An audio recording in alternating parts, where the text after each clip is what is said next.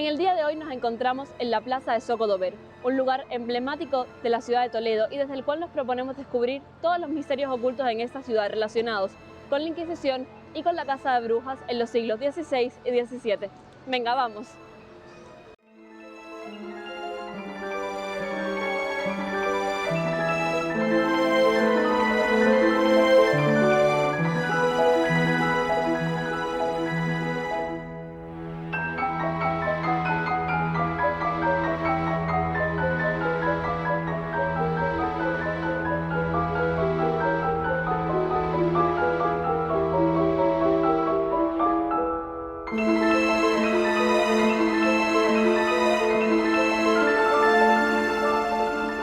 El Tribunal de la Inquisición, creado en el año 1478, llega a Toledo en 1485.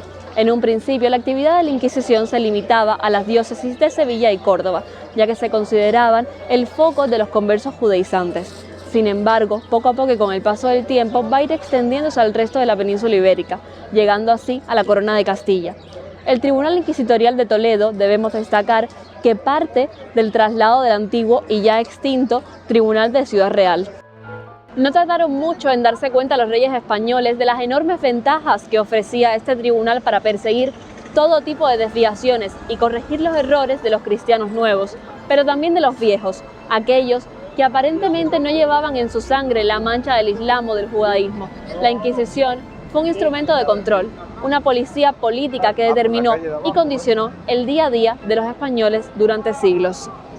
Toledo fue una de las ciudades más importantes en su campo de actuación, ya que tenía bajo su jurisdicción vastos territorios que debía controlar.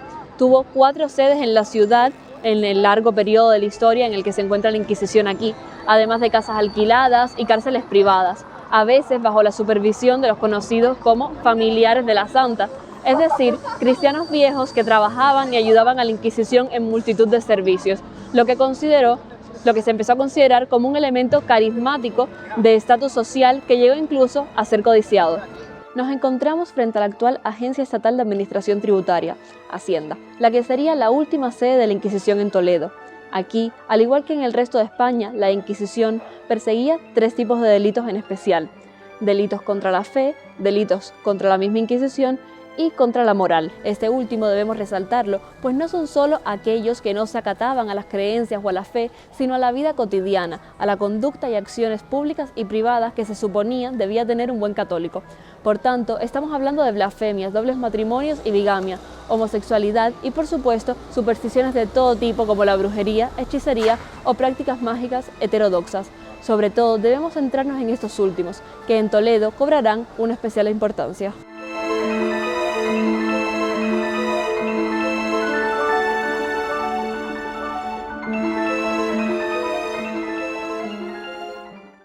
Los edictos de fe, estos llamamientos que la Inquisición hacía a sus fieles y donde se determinaban aquellas acciones o formas contrarias a la fe católica, en Toledo eran especialmente específicas.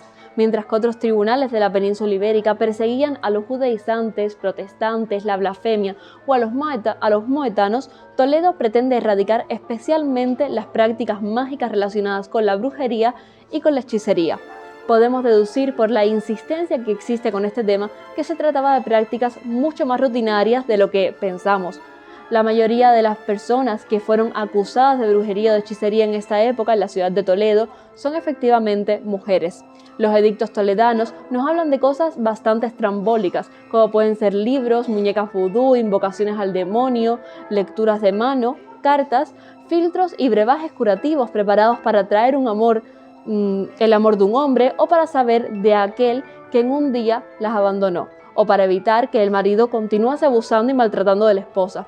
Fueron estas mujeres las protagonistas de los cientos de procesos y juicios celebrados en la ciudad de Toledo por acusaciones derivadas de hechicería y de la brujería, mucho más numerosos y cuantiosos aquí, en Toledo, que en otros tribunales inquisitoriales.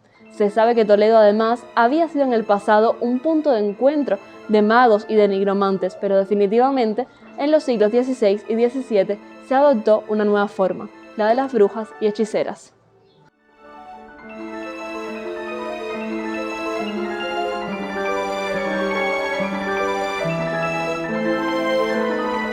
Julio Caro Baroja, en su obra Toledo, la describe como la ciudad de la magia y la leyenda, dedicando un apartado completo a un famoso nigromante.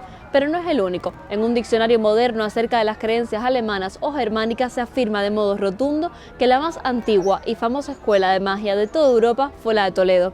En un artículo de la misma obra, dedicado especialmente a las escuelas de magia, se dice, en primer término, que la fama que tenían las españolas se debía a que cuando los musulmanes dominaban ciudades como Toledo, Sevilla, Córdoba, Granada e incluso Salamanca, en las escuelas adscritas a las mezquitas, como vemos acá, que llamamos madrazas en castellano, se explicaban no solo ciencias teológicas y filosóficas, sino también otras de las que llamamos ocultas, como la astrología o la alquimia.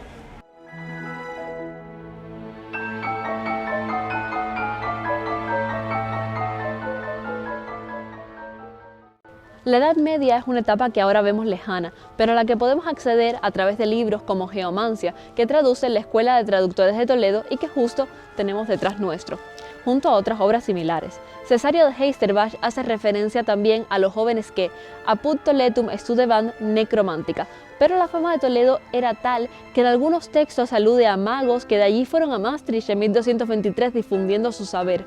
No faltan tampoco los españoles medievales que dan por sentada la enseñanza, como se ve por el ejemplo 11 de El Conde Lucanor, que cuenta lo que le ocurrió al deán de Santiago con Don Illán, el gran maestro de Toledo. Vemos por tanto que la conocida como ciudad de las tres culturas tiene un pasado bastante oscuro que hereda de los carpetanos y que se va a ir fusionando con las posteriores culturas que pueblan la zona.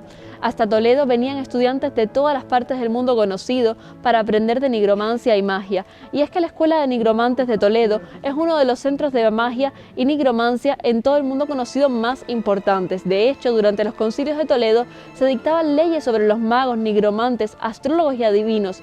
Incluso algunos sacerdotes católicos practicaban magia, aunque varios, como bien sabemos, acabarían siendo condenados.